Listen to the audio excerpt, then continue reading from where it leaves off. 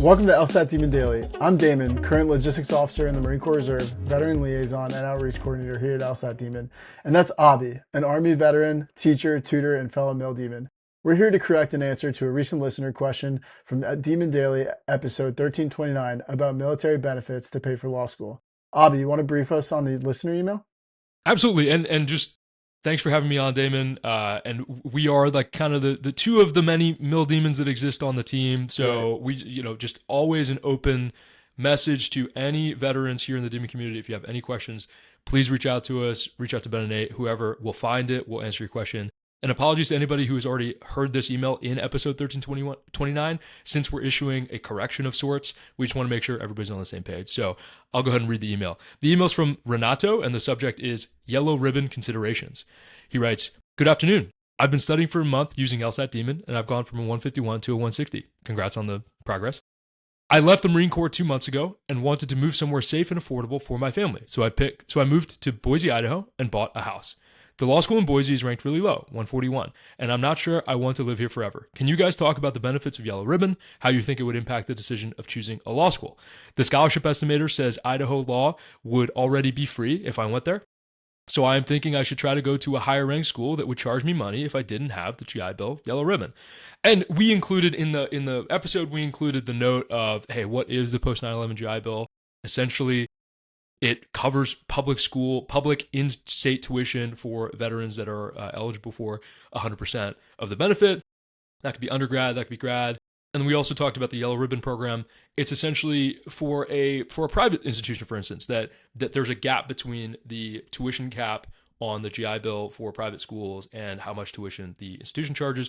Some institutions, actually most institutions, take part in the Yellow Ribbon program, and they will help cover some of that gap, if not all of that gap. Now, to be clear, Damon, on episode 1329, Ben and Nate mentioned a few things.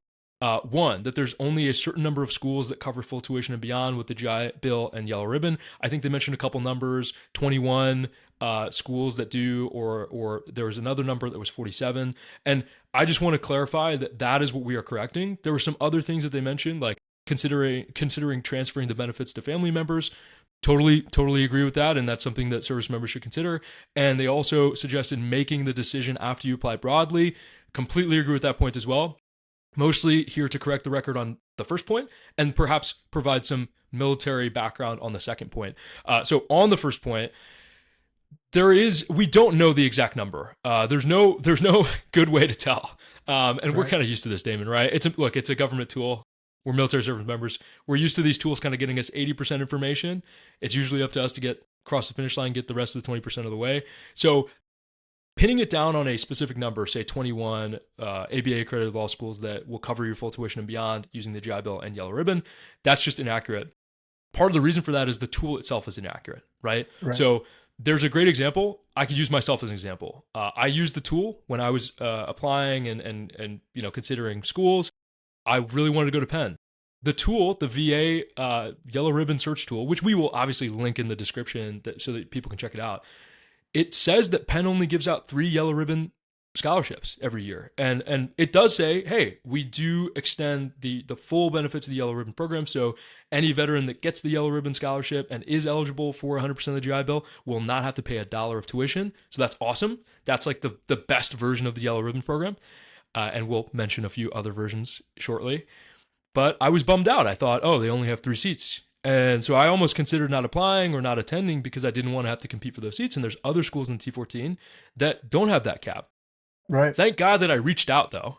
I had a question in my mind, and I said, well, if Wharton has unlimited seats, how would Penn Law have a different policy? It's 2 graduate departments in the same university. And now that might be a dumb assumption to make, right? Like it may very well be that 2 departments in a university might have different Yellow Ribbon policies. So please do the research. But I knew from our active duty days, man, right? Like just like you have to just ask a couple more questions.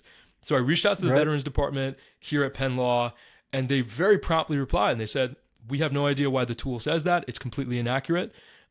We give unlimited seats. We have unlimited Yellow Ribbon seats. Now, with the caveat that you have to meet the academic criteria for getting into. You have to get into the law school, right? And you Yeah. have to be 100% eligible for GI Bill benefits. But if you get in and you're a great candidate and you have the benefits that are required, Penn Law doesn't charge me $1. And there's no 3-seat cap. So I would not have known that. I would have been dissuaded from applying to Penn if I hadn't just continued doing the research. And so this is the official correction we want to issue, which is there is no specific number that we can use, that we can get to using the tool, because the tool itself is inaccurate. And that is just a classic inaccuracy of these publicly available tools. That's just where we are right now. And then on the second point too, I just want to take a moment and say, Ben and A were absolutely right. You can transfer your GI Bill benefits to your spouse, to your dependents, to your children, and the yellow ribbon benefits transfer with it. However, most of the time, with very, very few exceptions, that decision has to be made while you're still in the service, and usually comes with accruing more years of active duty service obligation or some sort of service obligation. So Yeah, keep either that in active mind. duty That's or usually reserves, not. depending. Yeah, exactly. And so that's kind of a thing that people should consider when they're thinking about transferring. It's not as easy as it sounds. You may not want to stay in for longer. But I don't know. I've been talking a long time, Damon. What do you think? Did I capture the nuance of this correction accurately? Yeah, no, Abhi, I completely agree. And I think that brings home a point that you were making earlier, which was that it really requires you to do the due diligence on the schools that you want to attend. It's really important that as the applicant, you understand what's actually the truth on the ground, as you might say, or you may have heard, because these are government resources that we're working with, and government resources are so frequently flawed and or out of date. And that's probably the case with a lot of these, is that they did reflect the truth at the time, but they just haven't been updated to reflect what's accurate as it stands today. And really, we've seen that there's three different circumstances or three different outcomes that you may see with the tools or tool that you're using. One, it could be perfectly accurate, and it's a warning to stay away from that school. For instance, we looked up Stetson University, and they're a relatively low-ranked law school, and they only give you $6,000 on a $59,000 tuition. So if you don't want to stay in that school, which we'll get to in a little bit, then that's probably not a school that you want to attend based off those. And full disclosure, we looked up Stetson specifically because we thought, I came into this research project and issuing this correction with Damon, I came in with the misunderstanding that the vast majority of yellow ribbon schools do offer full tuition. That was not the case. We looked up a relatively low-ranking school that we thought, at least I thought, surely they offer full tuition for yellow ribbon veterans, and they don't. They're a private school in Florida. They're not well ranked, and they charge almost $60,000 in tuition. And so that means that the GI Bill, which covers close to $30,000 of that tuition, there's a $30,000 tuition gap, and they offer a pitiful $6,000 for 100% GI Bill eligible veterans. And not that great of an outcome afterwards. Right. And we're not here to judge the outcome, right? Like, I think that different outcomes could be great for different people, but to us, paying, what is that? So 34 out of 60. So being on the hook for $26,000 of tuition per year for a school like Stetson, which may have great outcomes for certain people, but may not have great outcomes for certain people, we just think that's a little too much money to pay for an outcome that may not be as guaranteed as a good outcome. Yeah, and that leads into my other 2 points. So the second point, similar to your situation, the tool can be close, and there may be some inaccuracies that just need to be clarified, and that requires you contacting the school and just gaining further clarification about the point. Or the third, maybe there's a particular circumstance that warrants you wanting to stay in that location. So maybe Stetson is great because that's where your family is, that's where you want to be. Those are the sort of outcomes that you want to have. But for people by and large, I would say that may not be what you want. And so you need to do the research to make sure that the outcome that you have is as close to what reality or what your desire is. Exactly. The tool, like we'll just say this a million times, it'll get you 80% of the way there, right? So it either will be perfect, honestly, surprisingly accurate. I thought it must be a typo with Stetson, but honestly, lesson learned, staying away.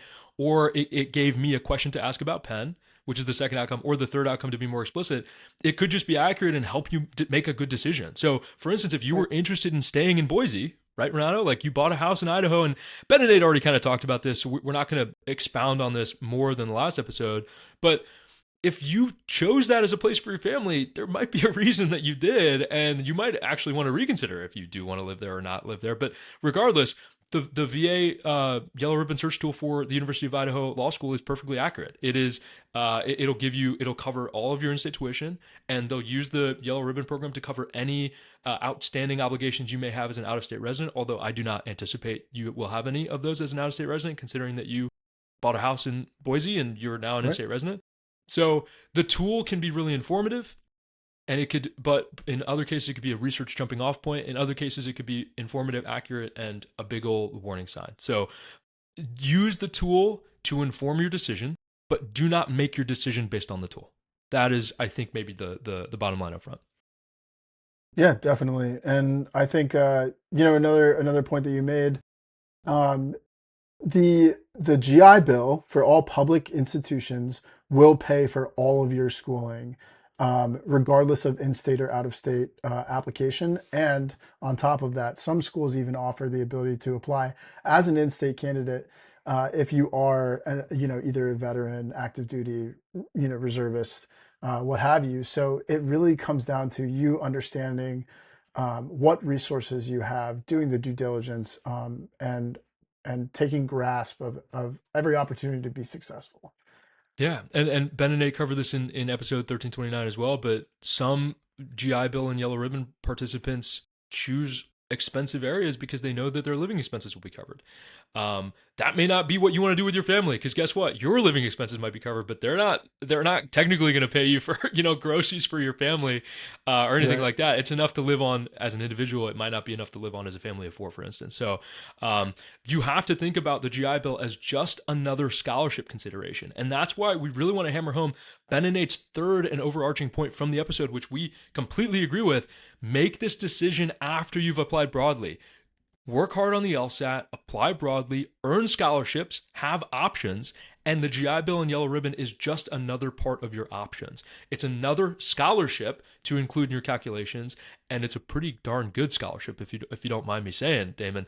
There's Absolutely. no other, I don't know. I'm hard-pressed to think of a scholarship that covers your rent during the school year, that gives you like a $1,000 textbook stipend every year. It's pretty nice, man. It's pretty nice. Although, to Ben and Nate's point, you could be 100% tuition recipient. You could be getting Yellow Ribbon benefits. And if you received a scholarship from certain schools, as an incentive for you to come to their school versus another, they may offer you some sort of stipend, cash stipend that's on top of all of those funding sources. And usually those look like technology stipends. It's like, oh, do you want a brand new laptop? We got you. So for stuff like that. $10,000. Right. Yeah. Exactly. A $10,000 technology stipend. And there's this is all a game. We've talked about this a million times. This is all a game. They're trying to get customers, and you're a great customer as a military veteran. You're a great customer. You have guaranteed money from the government. Right.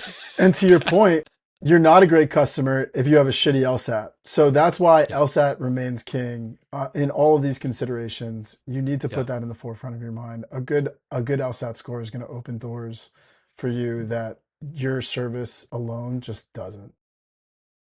Yeah.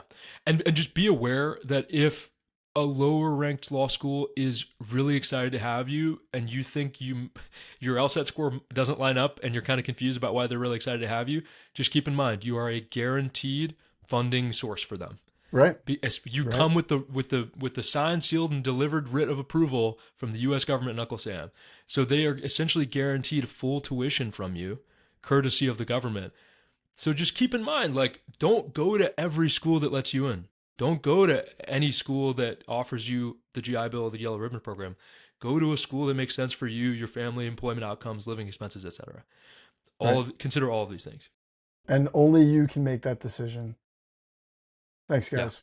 Yeah, sorry, Renato. I'm not going to make the call for you and your family, man. You bought a house in Boise. I'm not going to tell you to move to Florida or California or whatever. That would be nuts, right? If I don't know nearly enough about you. It's a very personal decision, but ultimately, I think keep studying, get a better LSAT score, or just apply to schools that you think your LSAT score can get you scholarships to, and include that scholarship, include the GI Bill and the Yellow Ribbon scholarship as part of your consideration. I think it's a very broad answer to his question, Damon, right? I'm sure he was hoping for maybe a more specific one, but it's the best advice we can give. It's the applicable one, and it's the one that the decision is yours to make, and we're just giving you the tools to make the decision. And if I could just jump in with one, just what is the takeaway from this episode? We've been rambling. Apply broadly, consider all your options. That is the best way to go. Thanks, Abhi. Email daily at lsatdemon.com if you'd like to ask us a question or share some LSAT or law school admissions news. Thanks for listening.